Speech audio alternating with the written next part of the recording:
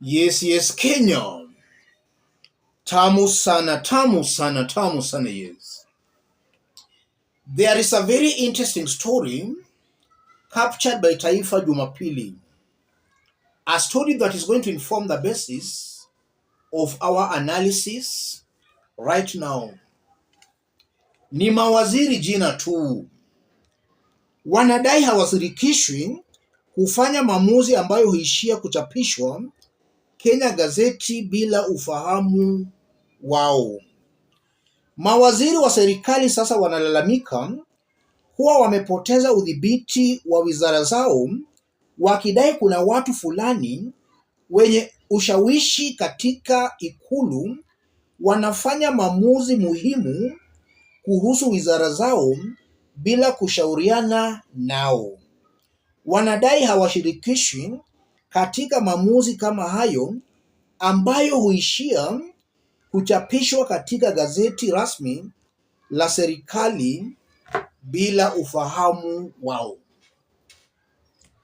If you go through that story, Taifa Jumapili is reporting that Cabinet Secretaries are now complaining that decisions in their ministries are being made without them being consulted. They just see things being gazetted and they are not even aware.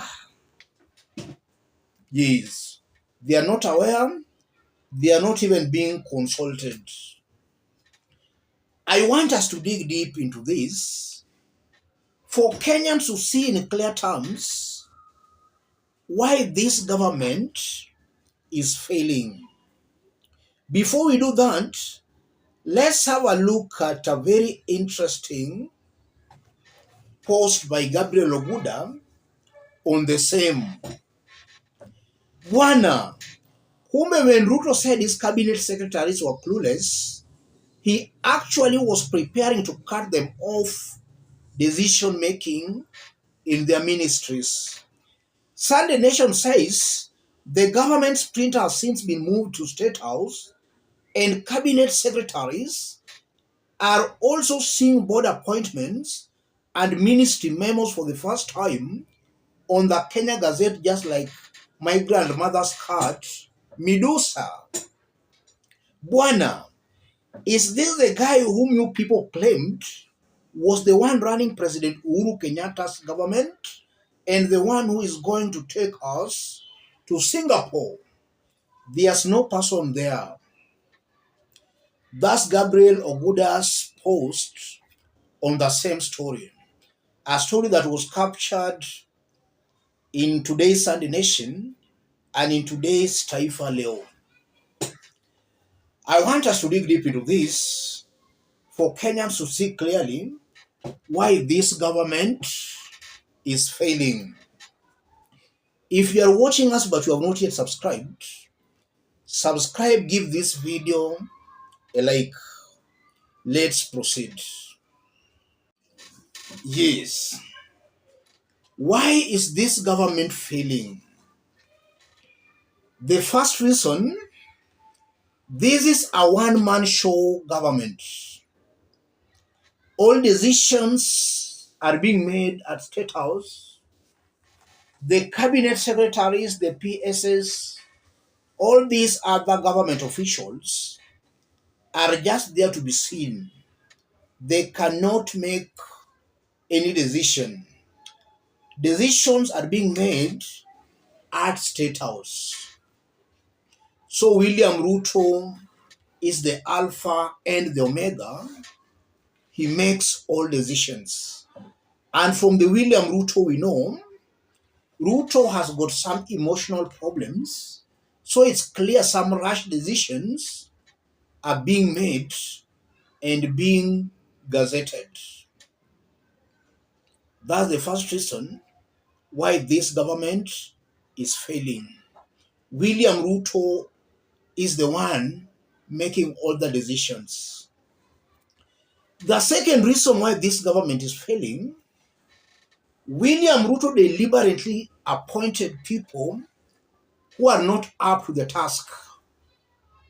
people who are very clueless about their ministries.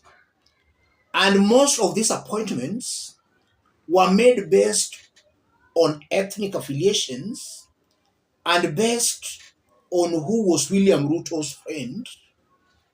That's why most of these individuals were appointed in government. And if you look at the characters who are appointed, they are people who are not independent minded. That's the reason why I believe William Ruto appointed them. He saw a weakness in them.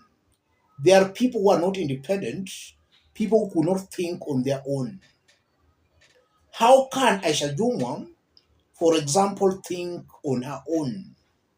How can individuals who had even been accused of murder, corruption, individuals who were already being seen as rejects, how could such individuals be independent? Already they were suffering some form of inferiority complex. Those are the weaknesses that made William Ruto appoint them as top government officials in his government. He knew they were vulnerable individuals.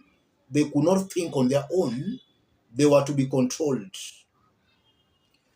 Another reason, if you look at that story, these cabinet secretaries are complaining that decisions are just being made without them being consulted. What stops them from resigning? Thus, a public office is not a private or personal office. If they feel William Ruto is not taking them seriously, or William Ruto is just ignoring them, nothing stops them from resigning. I'm seeing very greedy individuals who are just gossiping. They don't care whether William Ruto does everything as long as they are earning their salaries and allowances. They don't care. They are just gossiping and making noise. Nothing stops them from resigning. And also from that story, I'm seeing a very high possibility where, as time goes by, William Ruto will be going around the country putting all the blame on these cabinet secretaries. That, my government is failing because of this and this and this. As time goes by, William Ruto will start sacking these individuals and replacing them with some new officials. And that will be to create an impression that William Ruto is serious and that these were the individuals who are derailing his government. And William Ruto will be doing that to confuse some Kenyans that is actually a president who is determined to deliver. In a nutshell, as time goes by, William Ruto will sacrifice these cabinet secretaries to score some political goals. So again, working for William Ruto to sometimes becomes hard. A sane mind, a pure brain cannot work for William Samoei Ruto. Working for Ruto is just like working for Mike Mbuvi Sonko. The kind of mess we used to see in Nairobi County, that's the kind of a mess happening at the national government. Total confusion. Ruto or Kenya Kwanza government will not deliver, and even if given more and more time, it will just be scoring its own goal. So in this case, Ruto is clearly the problem, ladies and gentlemen. Let me stop it there for now. If you are watching us but you have not yet subscribed, subscribe, give this video a like. Any person watching us outside the country, drop a comment, let us know. from which part of the globe you are watching us from. If possible, subscribe, give this video a like. Let's meet in our next analysis. Thank you.